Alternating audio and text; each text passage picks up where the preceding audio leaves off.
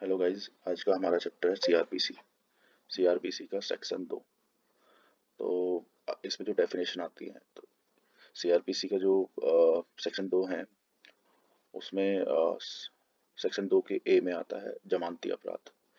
जमानती अपराध का क्या अर्थ है? तो जमानती अपराध का अर्थ है एक ऐसा अपराध जिसे पहली अनुसूची में जमानती के रूप में दिखाया गया है और जिसे उस समय लागू किसी अन्य कानून द्वारा जमानती बनाया गया है। और गैर जमानती अपराध का अर्थ है कोई अन्य अपराध। सीआरपीसी सेक्शन 2 का बी प्रभार।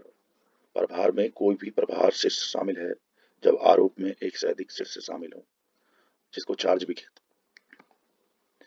संज्ञेय अपराध। संज्ञेय अपराध का अर्थ है एक अपराध जिसके लिए और संज्ञेय मामले का अर्थ है एक ऐसा मामला जिसमें एक पुलिस अधिकारी पहली सूची के अनुसार या उस समय लागू किसी अन्य कानून के तहत बिना वारंट के गिरफ्तारी कर सकता है। सीआरपीसी सेक्शन 2 का डी शिकायत।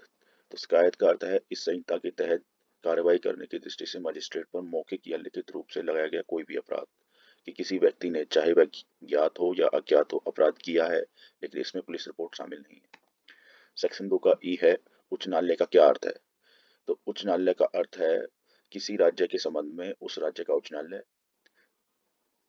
या किसी केंद्र शासित प्रदेश के संबंध में जिस पर किसी राज्य के उच्च न्यायालय का अधिकार है, क्षेत्र कानून द्वारा बढ़ाया गया है, वह उच्च न्यायालय है।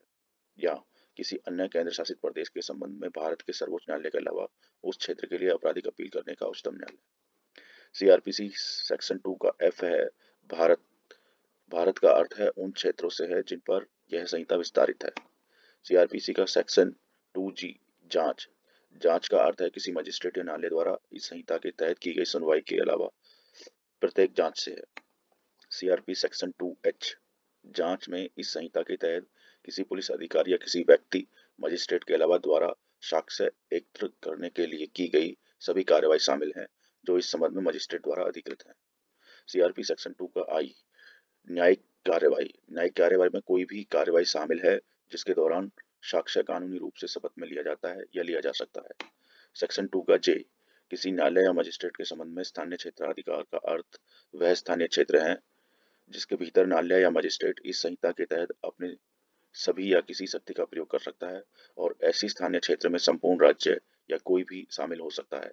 राज्य का हिस्सा जैसे कि राज्य सरकार अधिसूचना द्वारा निर्दिष्ट कर सकती है।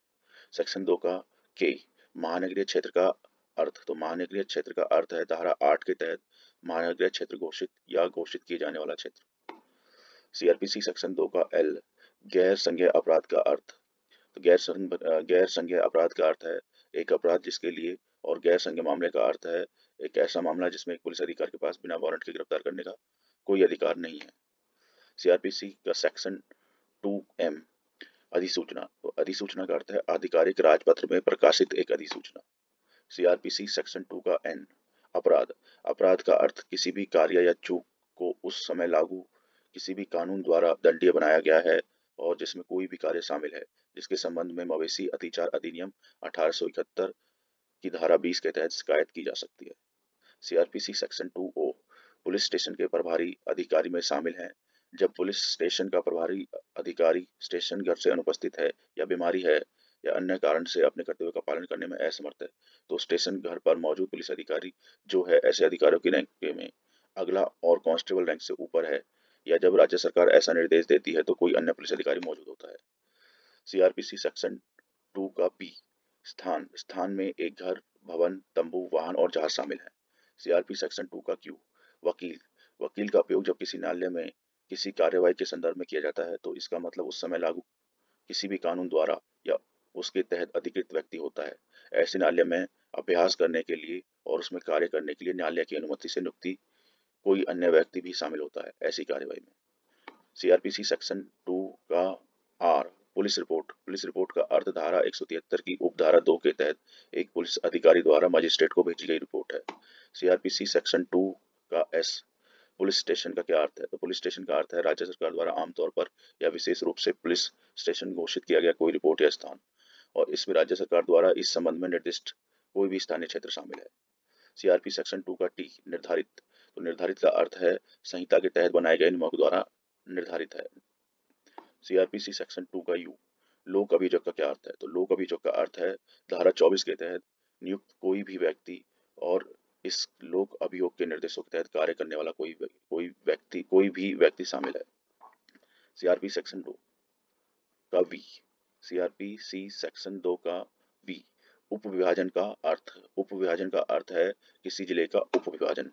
सीआरपीसी सेक्शन 2 का डब्ल्यू, समन केस क्या है? तो समन केस का अर्थ है किसी अपराध से संबंधित मामला है, न कि वारंट केस। सीआरपीसी सेक्शन 2 का एक्स, वारंट केस का मतलब, तो वारंट केस का मतलब मौत, आजीवन कारावास या 2 साल से अधिक की अवधि के कारावास से दंडनीय अपराध से संबंधित मामला है। सीआरपीसी सेक्शन 2 का वाई, यहाँ उपयोग किए गए शब्द और अभिव्यक्तियां परिभाषा नहीं है, लेकिन भारतीय दंड संहिता 1860 का 45 में परिभाषित है। उनके क्रिसमस वही अर्थ हैं जो उन्हें उस संहिता में दिए गए हैं। तो गाइज ये सीआरपीसी सेक्शन 2 के ए से लेके वाई तक के सारे परिभाषाएं हैं। अगर आप इसको समझ लेते हो तो आप ये समझो कि सीआरपीसी का 50% पार्ट आपने समझ लिया, क्योंकि ये सारी चीजें आपकी बार बार इसमें रिपीट होंगे कि जांच क्या है, पुलिस स्टेशन क्या है, रिपोर्ट क्या है, उसमें कौन सी धारा लगती है। ठीक है, इसके अलावा अब हम सेक्शन 3 है उसके भी चैप्टर आपको जल्दी से रेडी करके मैं आपको देता हूँ। Thank you so much.